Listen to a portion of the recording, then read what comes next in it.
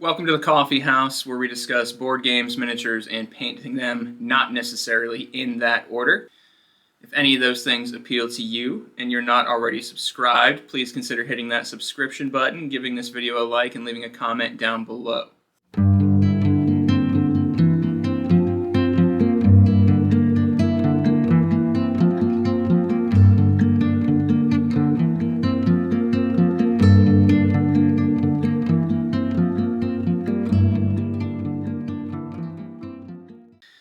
So when I started this channel, I always promised that I would never make videos on Kickstarters or industry drama or any of that other clickbaity stuff that runs rampant in this hobby and in this space. Well, in light of several recent events, I felt that it was time for me to at least address some of the things that are happening in this industry and in this hobby. So as most of you are probably well aware now, we're seeing a dramatic shift in the way that this industry operates and the way it sustains itself. From tariffs to out-of-control campaigns to too many campaigns, you name it, the house of cards is tumbling. Final Frontier Games, shuttered. Boardlandia, shuttering. CMON Games just released a statement basically saying that they're laying off a huge chunk of their staff and pausing all future projects. This is big. We're seeing a shift now that I don't think anybody saw coming, and it's going to completely redefine the way that we participate in this hobby. And it's fine.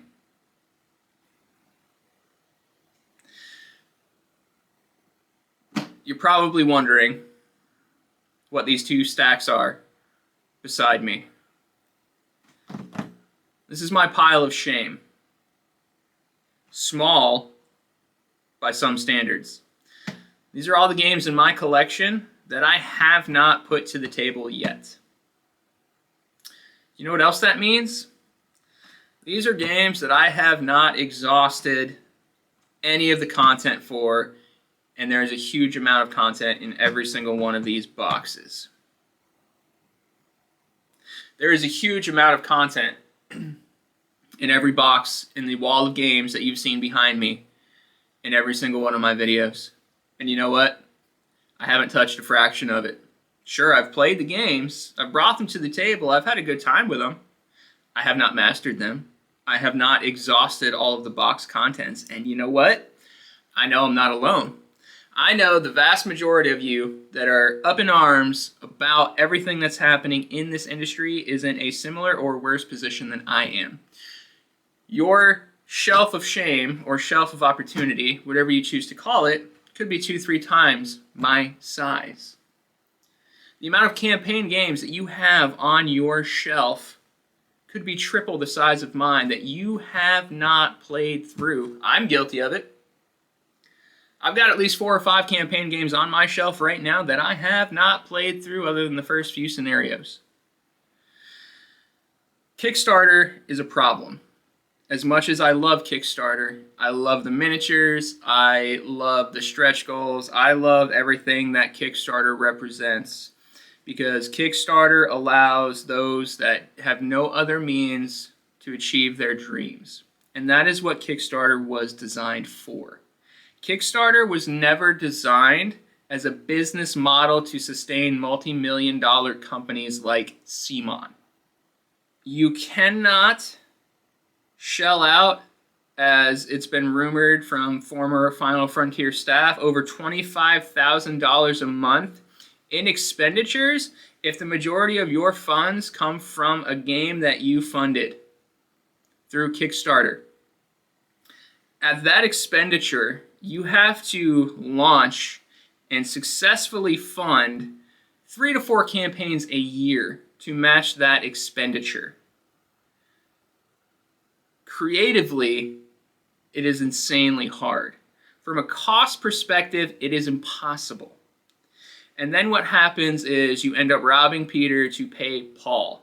So you're pulling from campaigns that you most recently funded to finish funding the campaigns that you previously funded that are overdue because the money from those campaigns have been spent on office space, on salaries, on way too much growth in too short a time frame, and your only business model is Kickstarter. The second a company has to pull funds from another game to finish the fulfillment of a different game, that company is over. And we have seen this happen time and time again. Mythic tried it, failed. Peterson Games did it, failed. Final Frontier Games admitted they were doing it, failed. CMON, while they haven't entirely failed yet, are doing it. Whether they're admitting it or not, they are pulling funds from these other campaigns to finish fulfillment of previous ones. And they are rapidly declining. So what does that mean for this hobby? Well, it means that we're going to have less new games coming out. It means that chasing the hotness as a hobby is likely going to go away. And I get it. It is super exciting to have a new game delivered and you open it up and you get that big, huge dopamine rush and it's fantastic and you're excited for about 20 minutes. And then it goes away. And then you're chasing the next one and the next one and the next one. And Kickstarter has been great for that. But you know what Kickstarter really hasn't been great for? For a vast majority of us, myself included, actually playing the damn game. So we're going to have less new games coming out. We're going to have less hotness to chase. But this is great news. I have so many games on my shelf that I've barely scratched the surface of. I could play a new game from my shelf every week for a year plus and never play the same game twice. I can actually sit down now and focus on what I have and exhaust these games of their content and get the maximum amount of playability and enjoyment from these games. We all can. How many of you can honestly say that in your collection you have exhausted all of the content provided in these boxes? Very, very few of you will be able to say that you can do that and have done that. So this provides for us ample opportunity to actually enjoy what we already have, to actually play our games rather than collecting them. My heart goes out to all these people that no longer have jobs or no longer will have jobs. It sucks, and I get it, and it's frustrating, and it's awful. And I don't know how I would feel being in that situation. I'm sure I would be pissed off, rightfully so. But for us as consumers, we are okay. We are fine. We're going to be better than we've ever been in this hobby because we're actually going to be playing and enjoying what we have. Board games are a luxury hobby, and we are very, very fortunate to have our collections. We're very, very fortunate to be able to buy these games. We're fortunate to be able to play them. And now we can play them like never before. There are so many games already out there at your brick and mortar stores, at your retail stores, games that you never would have given a second look at, but now they're going to be readily, easily available. And you're going to have more time to play them. You're going to have more money to support those brick and mortar stores that are struggling and are going to desperately struggle now with these tariffs. Play what exists. Play what is already out there. There is so much for you to discover. There is so much for you to explore. There is so much for you to play currently that if Kickstarter in the board game space implodes, it's not going to matter. It sucks right now. I get it. But everything changes. And nothing changes if nothing changes. And for a lot of us, something has to change in this hobby. For a lot of companies, something has to change for the over-reliance on Kickstarter. Kickstarter is designed to achieve dreams that are otherwise impossible, not to fund million-dollar companies.